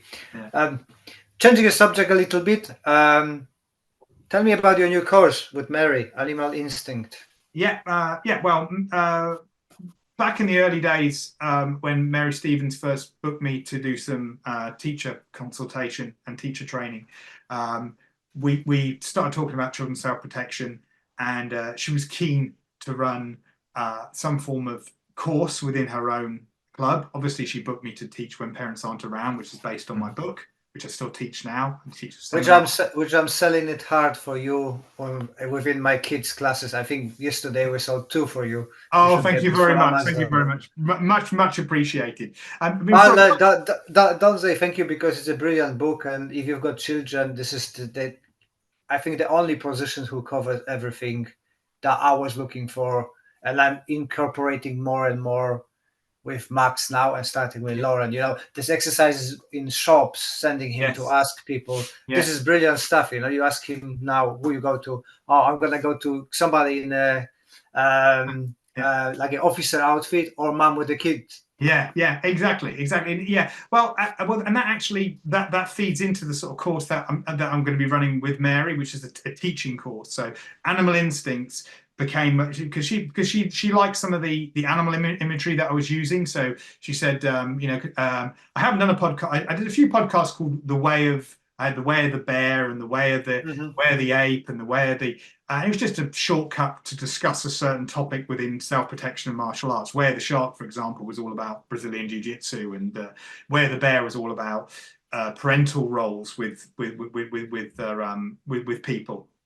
Not just children, but also adults as well. There was an expression, actually, a Russian martial artist once said to me, Sambo guy, he said to me, taking mummy away. He used to use this expression, taking mummy away. And so, and I went, okay, I get what you mean there. What he meant was that's that moment when somebody gets pressure tested for the first time. They've been doing martial arts or for a while, and they get pressure tested. And then there's a look on their face where they suddenly feel totally vulnerable. They've come out of it, and we've all been there to a certain degree. And again, you must probably delve into this a lot with the anxious black belt, where suddenly people feel, oh my God, I've been training really hard, I've been training to fight, I've had all this affirmations of my ability, and then suddenly I'm getting pressure tested, and suddenly I feel useless. I feel like, well, I've done some work, or all this kind of thing sort of happens. And the look on the face is what this Sambo martial artist told me, because taking mummy away, he used to call it, quite a brutal term. And it stuck with me, that. And I thought, yeah, that's what it is. I've seen that so many times. And I like to try and get into that as early as possible so that we can get people and then say immediately, right, we're going to help you overcome this because we've got to make you independent, because self-protection is all about independence. So children's self-protection is that's one of the points of one of the key points of children's self-protection is about independence. It's about telling children to take charge of their situation. It takes mummy away. So I had something I called Wear the Bear, which so Mary saw that and said, well, why don't we do badged courses represented by different animals, and they can represent different age groups, and they don't have to be totally, inspired by that particular animal, but it's roughly that sort of area. So you've got meerkats, for example. So that a meerkat would be 4 to 7 year olds, teaching them self-protection. And the meerkat represents awareness, because of any animals that would talk about skills and awareness, the meerkat is fabulous. We have meerkats back here at my father's zoo. And you see them, they have sentries. They actually have sentries. They are so good with that communication on awareness. They know when dangers are coming, and they know how to collaborate really, really well. So these are all, things that, Mary immediately picked up and said, well, that's so important at basic level when you're teaching children basic safety. And again, this is really important, because just as you were talking about, like, just simple things like getting children to speak to strangers and under adult supervision, and who they pick, who's the stranger they're going to pick to help them, so they start understanding who allies are and all this sort of thing. So what that's doing is getting parents to work with children, because again, this was something I learned very early on when I was teaching children self-protection. I understood that if I was going to make a lot of the self-protection stick, I needed the parents on board. The last thing I wanted was people treating my classes like creches, or just another activity. Little Johnny's got football on Wednesdays, he's got swimming on Thursdays, and he's got martial arts on Mondays, or something like that. I don't want to be one of those sort of things for them. My view was like, when you take your child to me, it's like teaching your child first aid. It's like teaching your child basic survival skills. This is what self-protection should be taught of, and these have to be behaviors. The skills they're learning have to be the word is behavior, more so than the actual skill. And if that's going to work, I need the parents understanding exactly what I'm teaching and to be on board with me, but most importantly, to be wanting to be invested in reinforcing those behaviors back at home. Because there's no point if they're coming here for an hour and then you shut the door and it's all forgotten, and then expecting it to be pulled out the hat, which is, a common misconception about martial arts for adults, let alone children. So I knew that was really important part of it. So again, we've worked really hard to make this course that we're teaching. So as a teacher of this course, you would be able to have badged areas. So you've got the 4 to 7 year olds meerkat. You've got the 7 to 11 year olds come under rabbit. Okay, so I did Wear the Rabbit one, and for me, rabbits represent all the, I'm a big Watership Down fan. I love that Prince with 1,000 Enemies. All that sort of thing, and it's all about tricks and evasion and all this sort of thing. So that's that sort of 7 to 11 year old. It's that the last years of primary school for a lot of kids. This is the period where they learn all about avoidance, evasion, de-escalation, stopping warning signs. Loads of escape games. They get to use their agility. This is when their agility is really coming to a height, with kids there. This is where they can use size to their advantage. It's one of the few advantages children have in an assault situation, is their actual small size can work to their advantage, provided they understand how to productively use agility. If they know how to use agility, they can switch and turn. They know where to head towards. They know how to head towards exit points. They know, that they get used to moving around much larger people. These are all things that kids can do, for escape. So you've got that. So that's rabbit, and then you've got 11 to 16 year olds is bear, which then comes back to what I was talking to you about bear. That's learning independence. Why bear? Because bears are one of the best parents in the animal kingdom. Bears are well known. That they nurture their young right up until adolescence, almost until young adulthood. Polar bears are fantastic mothers. So that's that whole taking mummy away. So bear, you learn independence more than anything else at 11 to 16 years old, which correlates with life. And then you've got the 16 years plus is Chimera. So obviously that's to do with my approach. My brand is Clubb Chimera. So, And Mary chose all of those. I mean, to be fair to her, she took it from things that I'd written and ideas that I'd put forward, but it was her idea to have a badge system, her idea to turn those into different age groups. And so the idea was like, okay, well, I've got When Parents Aren't Around. That's my seminar. That's my, that's a course I can just teach, as anything from 2 to 10 hour course to children in anyone's club. So people can book me now. I've taught them these courses in Denmark, over in Ireland. I've had people in other countries, picking it up and taking it. Over in Japan, I had somebody do a course for a week's summer camp over in Japan, where the guy, the teacher there had taken my book When Parents Aren't Around, bought copies for all the participants, and he based his entire course on the When Parents Aren't Around material. So that's great. So When Parents Aren't Around is that. But Animal Instinct's a deeper dive. Animal Instincts, you can provide anything from sort of a year to 3 years of regular teaching, a bit like a Girl Guide, Boy Scout, Cubs kind of thing, if you like, in addition to martial arts teaching. So we separate self-protection from martial arts. You've got a whole sort of thing. So if you're a karate instructor, and I see a lot of teachers struggle with this, where they feel a need to teach practical self-protection, but they also feel a need to teach their martial art. And let's face facts, karate began as a civilian form of self-protection. So it was a very simplistic form. We know it was very simplistic. You only have to look at the likes of Motobu and people like that to see how simplistic it was to begin with.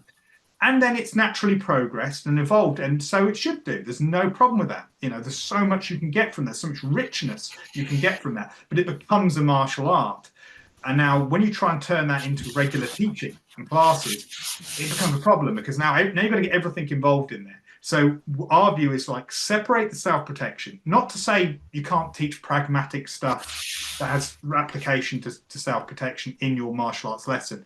But if you can have a self-contained course, especially for children, you can teach that as a secondary class, separate class with a badged system. So people get a badge system. So, they complete it. And a lot of that will involve parents. So they'll have their own little record books where the parents sign off, children being able to buy tickets for public transport, being able to buy things in shops, being able to cross the road, but all of that should be then taught alongside the self-protection. So when you queue up and buy something, okay, the skill the child has learned there is, okay, I can independently go and buy my whatever I'm buying in the shop, sweets or whatever I'm be buying in the shop, and I can do that. However, the self-protection layer is, I know where my exit points are, I know who the adult is who's supporting me here, so I can go to. I'm preserving my personal space. Do you know what I mean? It's all that kind of things that are going on, and they'll all be ticked off of the record books. So we have that so that is an end product, that teachers can do, and they can teach the animal instinct program. Then obviously what we'll be providing is the teaching course for that, which are going to be online teaching courses and face-to-face. So there'll be an online teaching course for the different stages of videos with a pass-fail test. The people who do that won't be qualified as teachers, but they'll have, if they pass it, they'll have at least an approved qualification that they understand what that, what the content of that soft skills is. So they'll have that. Then if they do face-to-face, they have to fulfill performance criteria. To be an instructor, they have to have teaching experience. They have to have fairly comprehensive hard skills experience, and then we'll teach them how to deliver the course properly. And then obviously there'll be a pass-fail test at the end of that, and then they'll be a qualified teacher. So this is for the school owners and instructors, right? Yes, that's right. Yeah. This is the teaching course, Animal Instincts. So that's that service, separate to When Parents Aren't Around, even though they're linked in terms of material. But yeah, it's a deep dive on that. So you've got a program that some people can take away. It's not just my concern with. This is the first time I've ever delivered a teaching course. I've been involved in martial arts since 1990. I've taught martial arts. Well, I taught martial arts from 1996 to 2000, and then I started teaching under my CCMA bracket in 2004 to the present day. I haven't awarded a single teaching qualification during that whole time. I haven't. So this is the first time I've decided to do that. Obviously, I'm doing it in collaboration with Mary, who brings actual academic teaching experience into this, which I'm really grateful of. So we can look at proper teaching methods. You're not just teaching people to deliver the material, but also teach them to be better teachers. Maximum retention of information, stuff that's going to work for that. Common practice, up-to-date modern practice, not, well, this is how my sensei was taught, and my sensei taught my sensei, and this is that way, the good old bad old days and all that sort of thing. This is actual, or just simply, again, a topic I covered in my late podcasts of 2023. Just because you've got a black belt doesn't mean you can teach. Do you know what I mean? It's that kind of thing. So there's that part of it. So that's Animal Instinct. So that's my teacher program. That's my Animal Instincts teacher program. Do you got a release date? I don't want to say. We have got a date in our head. We've had to keep putting it back because number one, we've both got lots of other commitments. But number two, we're really, most importantly, I want to deliver a quality course. This has got to be something that is going to be, I'm putting my name to it. Mary's putting her name to it. It'll be the first time that anyone will have a teaching course. They can say they've got a CCMA brand. They've also got Athena School of Karate brand on it, and it'll be Animal Instincts, and it'll be something that's going to have a good quality course. So we want to make sure we deliver this properly. We want to make sure it gets out to the right number of people as well. So it's going to. So when people sign up, they're going to get 2 free ebooks, one written by Mary, one written by me. So you'll get a free ebook, so that's if you sign up. You don't have to sign up for the actual course itself. That's just so that you're on the mailing list. And then after that, you can agree to do one of the video courses. Again, my whole view on this was that I didn't want this just to be something that people just put on their CV. There's so many times I've been down that route. There's instructor mills all the time. You go and work, you go and train with somebody, and they give you a certificate, and you can say, "Oh, I'm an instructor under such and such," and they never teach it. How many people have got things like they've got a whole list, and they go, "Okay, so you've trained in Krav Maga, you've trained in wing, you've trained not wing transfer, but you've trained in Krav Maga, you've trained in this martial art, that martial art. You say you've got instructor things. How many martial artists have got on their CV all the martial arts they've studied to instructor level, and yet can teach any of those martial arts? If you ask them, why can they teach them that? So, or that system. This isn't a martial art. This is obviously, it's an approach, a system, a method. It's not an actual martial art. But we want to have this so it's an end program. So when you have this, you've got something you can deliver, and you can immediately turn it into a service that people are gonna, will be able to pay you for. You can run it separately for, like, if you get a booking at a school, or you can run it alongside your club. That's the idea of that. So that's the Animal Instincts part of it. Definitely, yeah. Obviously, sorry. Yeah, go on. No, go. I was going to ask you what seminars you've got planned in the future. Okay, I'm taking bookings now for When Parents Aren't Around, which I've already discussed there. So children's self-protection, Vagabond Warriors, which is my martial arts cross training. So that's looking at concepts like the switch, feedback loop training, ecological dynamics in training. Generally, a lot of cross training material. They're my main 2 services I offer, but both of them can be tailored and bespoke. That's the whole point of it. I want them to be. So if you're a teacher and you want me to teach, I can. A lot of people like a package where they do 2 hours children's self protection and 3 hours cross training. That tends to be what a lot of people like to book for. But others have gone the full hog, like Hosselbro Taekwondo, Michael Odesheed. He booked me, and before him, Jan Drachman booked me to teach weekend of children's When Parents Aren't Around. So I get to do the full 10-hour course. And the course now is based entirely on the book. Prior to that, it wasn't all based on the book. It was just my children's self-protection in general. This one is now like a part book launch. So it's a directly reference to the book. So you get up to 10 hours worth of seminar there. And then obviously they also booked me for Vagabond Warriors as well. So we did the cross training as well for the adults. So that tends to be kind of my service. But again, I'm talking with Lee Sims at the moment.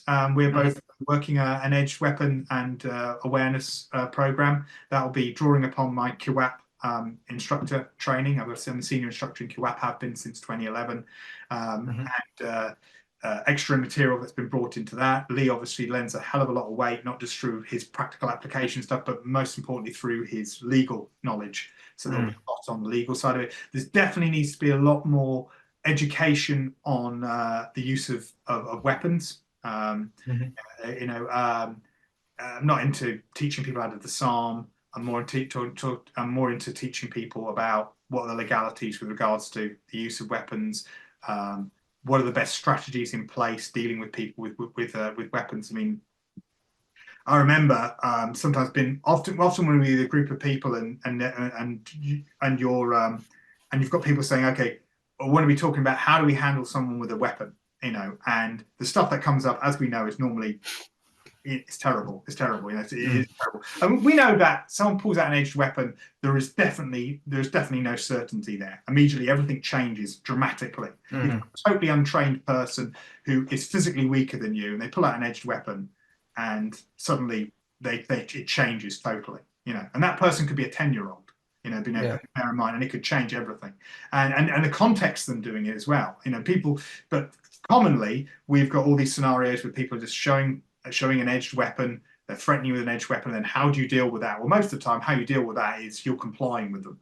Okay, that's what's generally happening there, because they're not actually attacking you with it, but that's another discussion altogether. So this is where all the evasion training needs to come in, like exiting points, use of obstructions, use of incidental weaponry, improvised weaponry, use of things like that. But also, and Lee, you know, can bring this straight in, people thinking they can carry certain weapons. There's a lot of people in the martial arts community who feel that they can carry around what are effectively offensive weapons. So they're in an almost paranoid mindset where they'll be carrying something around. And you get this both civilians and martial artists, and they don't realize what constitutes an offensive weapon.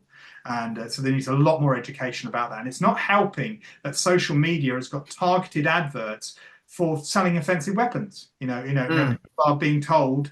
My wife is regularly targeted with things like the stun pen is a classic example, which is a taser, and so if you carry, you know, and pepper spray, which is totally illegal in the UK, and you know these are all, you know, things that people don't understand what you can carry, and you hear all the justifications for it, and yet I've seen too many examples of people who have naively carried these things, and they've never had to use them in a self-defense situation. What's happened is that they'll forget they're carrying this. They'll turn up at a concert, or they'll go to visit a place, and suddenly security search them. They find the weapon on them. So, and what do they do? The first thing they do, if it's a security person, they're going to be with another security person. So they can't say, look, just leave this here, or hand this in, or confiscate this. You can go in. No, now they're in front of somebody. So now they're going to have to say, okay, we've got to call the police because you've committed an offence. And now the police turn up, and what the police got to do? Police now in front of witnesses, they can't say, look, I'll take this off you and don't do it again. You know, even though you know this person is unlikely to be, you know, seems to be a very inoffensive person. They've got to go, okay, well, I'm going to have to give you a caution, at least a caution, which is pretty much a criminal record. So all of this comes from this ignorance and naivety that comes with offensive weapons. So I'm really looking forward to bringing Lee more into that. I did bring him to a little bit online, and the pair of us going to teach a more comprehensive edged weapon awareness and defense seminar, and that's going to be completely separate from the other self-defense stuff. I taught self-protection. I taught this for Dara over in Ireland. We had a great time over in Ireland last year. And the trouble with the Kiwap that I was teaching there, a good deal of that was general self-protection. Don't get me wrong, it worked for the audience that we had there, but I became very conscious of the fact that we were losing a lot of the material that was specific to edged weapons, because we're having to bring in all the, you know, because you can't assume that everybody knows about basic self-protection. So my view now is, you know, do you want, you know, yes, I can deliver a course that's comprehensive. That's not a problem, because some people do want to book me for that. They want to do a comprehensive self-protection course that involves edged weapons. I can do that. Trouble is, you need a fair amount of time, because you've got to kind of get the foundational self-protection first, and then you've got to do the edged weapon stuff. But you can't, but a lot of the time, you know, people are going, okay, if you want edged weapons specifically, then we can do that. But the assumption has got to be sort of moving back to what we were talking about, the assumption of grappling, the assumption's got to be you've got a good knowledge in self-protection, basic self-protection to do that. So yeah, so there's going to be the edge weapon courses with Lee Sims is another one of the seminars that I'm promoting this year as well. Yeah, we've got the Lee coming to our club to teach Excellent. the law as well. Yeah, very important. People really liked it. We done one before COVID hit, I think. Yeah. And people really enjoyed it, and there's demand for it, so get him in April, and it's so important. If you're saying that you're teaching self-defense, you've got to. It's a legal term. This is the important thing. It's a legal term, so you've got to be able to say, well, what does that mean? A lot of people that think self-defense, they confuse self-defense with a whole number of things, but the bottom line is it is a legal term. You can. I always say this to people. If you're involved in an altercation with somebody and the law is involved, if you say, "Oh, I use karate," they'll go, it's so what? Okay, I use kickboxing, I use kung fu. So what? None of that's in the law books. None of that's that's irrelevant. But if you go, it was self-defense, they can say, well, okay, well, we'll see about that. A jury can decide stuff. People with no training whatsoever in a combative art can decide whether or not something's self-defense. And I think it's the confusion. People use the word self-defense interchangeably with martial arts, but they use it interchangeably with any system. It's not. It's self-defense is a legal term, and so we have to make sure we have that first. So before, I've been in courses where people have,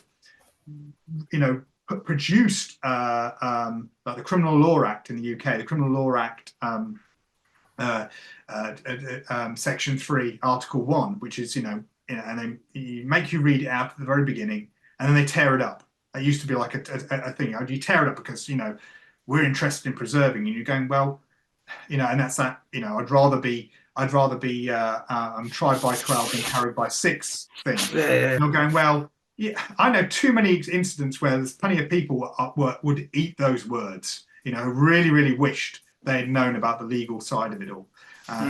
Because there's a huge amount of ignorance about that. And if you're teaching self-defense, I believe that you've got a duty of care in order to actually teach the legal side of it, or provide somebody who can teach the legal side of it. It's great. Yeah, I am staying away from self-defense. I done the look at what I do and I want to do, and my main focus is on the longevity and health. And so I stopped. Good 10 years ago, I stopped using self-defense in any of my advertising. And when I talk to people, I always say I'm not teaching self-defense. I'm more towards sports and longevity. It just doesn't create a false image for people who come to the club. Yeah, exactly. It's a good description. Again, a lot of time in martial arts, I think that there's been too much of a need to say it provides this, it provides that. There's like, you'd never buy a car that would tell you it's the fastest roadster, but it's also a great family car, safest, car. You can't provide everything. So that's why, again, I'm very service driven as well. When people come to me and they go, okay, I want to learn something, and I go, what do you want? And I have to try and go through exactly what they're expecting. Some people might say self-defense, and most of the time they don't mean self-defense. So they're going, or they go into this myth where they believe that they're going to learn it as a byproduct. If I do some kickboxing with you, aren't I going to be good at self-defense anyway? I'm going, not necessarily. No, not at all. Or self-protection. You need to do that course for that job. That's the so that's I think there definitely needs to be more honest advertising in martial arts on the whole. So it's good to hear that. Yeah. Did you notice any changes in your client base after COVID? You've got more people online? Because I see you a lot online. I see you TikToking and doing those fight analysis and stuff. I see a lot of online. During COVID, my clients increased. It changed dramatically because I went straight to online. I had the advantage of not running a club. Simply as that. I'd switched in 2014. I switched from running a club to doing PTs only, PT seminars only. So in that environment, the lockdown suited it perfectly because for a variety of reasons. Number one, I was very used to training on my own because I live in the middle of nowhere. So when I used to go out training classes, but then I didn't have anyone else to train with, so I'd have to go back home and be creative and develop my own stuff. I had a lot of time on my own to to do that. So and then I would have to go to other classes and see how I could retain those skills and still to training. So I developed loads of solo routines. Plus, I'd been researching a lot into online training already. There were a few pioneers way before COVID who were doing a lot of train at home routines and stuff like that. I was getting a lot of inspiration from them too. But obviously prior to that, it was all my own personal experience. Then I also could provide very much a break for a lot of teachers during lockdown. They would be getting burnt out trying to cater for all their students, throughout the week. It's hard to retain attention, very, very hard to retain attention. It's a real strain. So to have me come in and teach something totally different, like a total fresh perspective, it kept everyone interested, and extra things came from there. But I also lent into the technology. My view was like, well, rather than just me standing in front of the monitor and you following me, okay, we can do so much. We can do better than that. This is the perfect environment for presentations for a start. So that means more interactive things. So a lot more soft skills work could be taught by doing that type of interaction. We're able to do soft skills that are, because people were sat down, we're looking at the monitor. That's after all, that's what you're doing when you're working on a computer. You're doing soft skills. So soft skills learning was great. So the presentations worked brilliantly in that respect.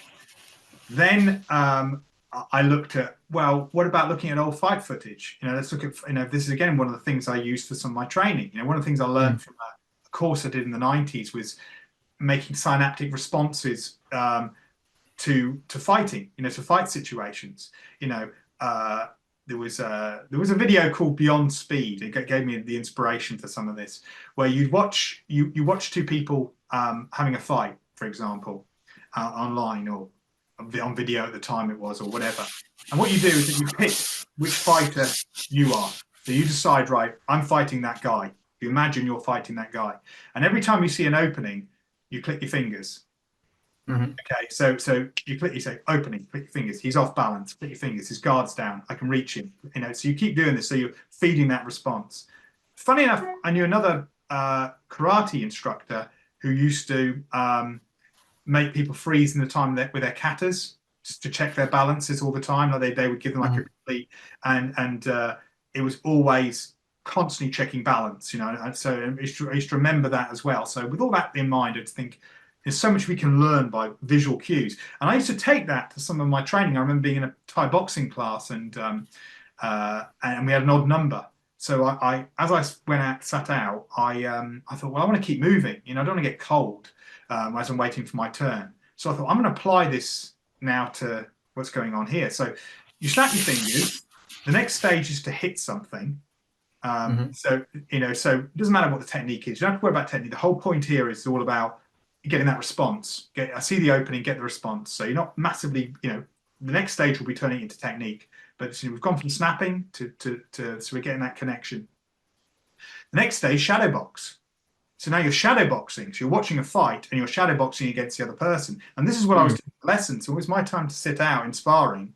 I would be shadow boxing, watching two people fight and picking like as if I was fighting the other person. So responding to their openings, etc., etc. So I thought, well, I'm going to take that information and put that into the online training. So we can watch great fighters. Not only that, but also we can watch the best.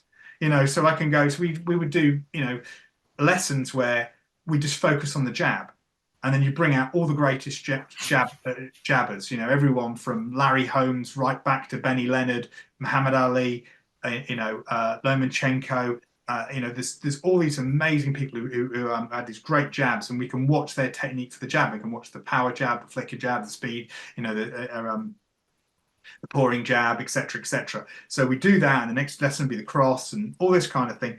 And you get people to do their shadow boxing, but now their shadow boxing is far better guided and directed. I mean, shadow boxing is a very badly taught art in many respects. It was in many ways it was initiated by a boxer called George Dixon in the late part of the 19th century.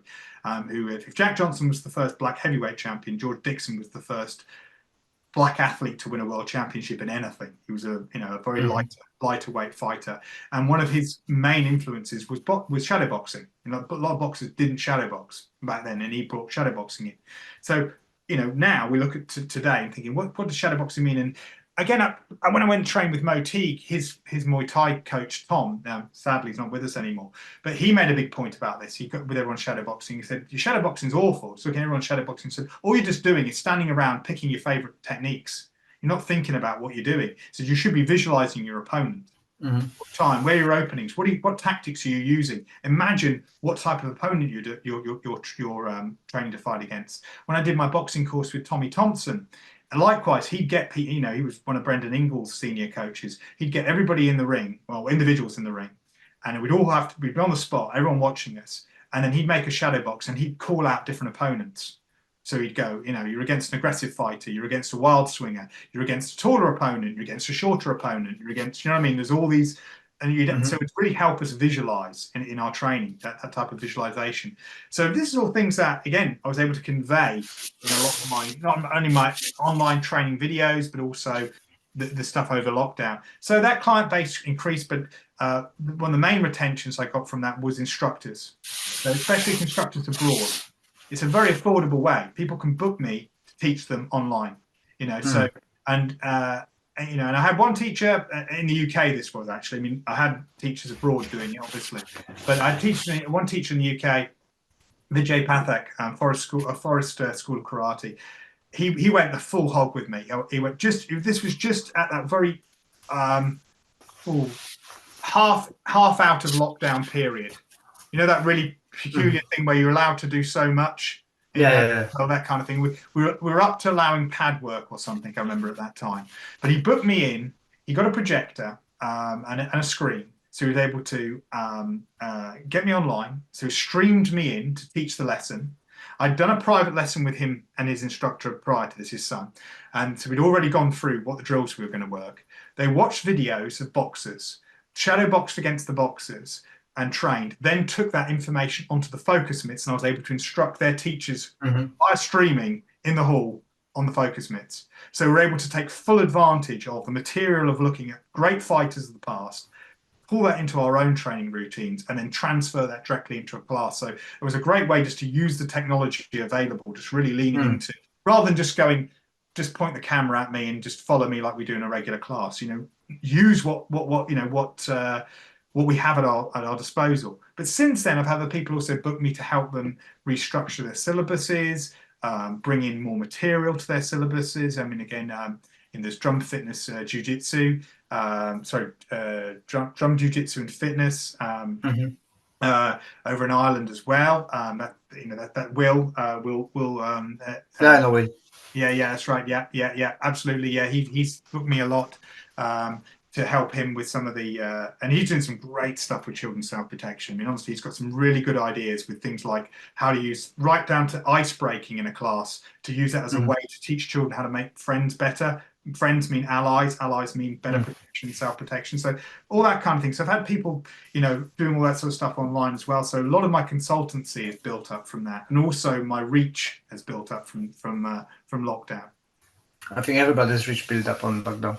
Yeah, huge, isn't it? We start learning what a smaller world we've got now. Yeah, exactly. I mean, again, I know this is really and we're several years on, but I remember seeing teachers just throw their dummies out the pram, and I felt that because they felt it wasn't it was breaking with tradition. So they couldn't teach online because it broke with tradition. And I was looking at them going, "That's interesting. That so." What you're telling me, it's not traditional to be training on your own.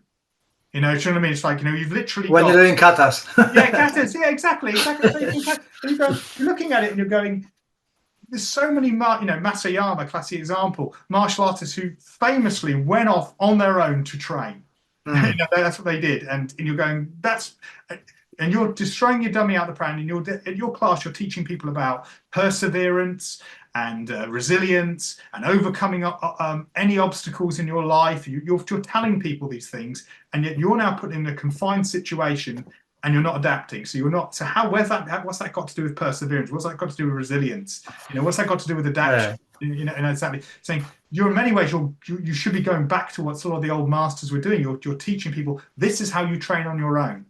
You know, I couldn't think of a better lesson. You know, saying this is what you do when you've only got yourself to rely on. You know, it's so yeah, that was you know, an interesting experiment, I think, for martial artists, an interesting testing ground for a lot of people as well. Yeah, for sure. Yeah. Jamie, I need to go to teach. Thank you very much for your time. Thank you, Les. Drop me the links. We're gonna put as much as we can about Jamie's services and stuff down in the description. Yep. And I hope to catch up with you soon.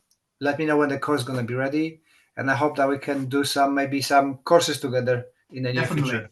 Yeah, very much up for that, Les. Excellent. Okay, thank you. But thank you very much.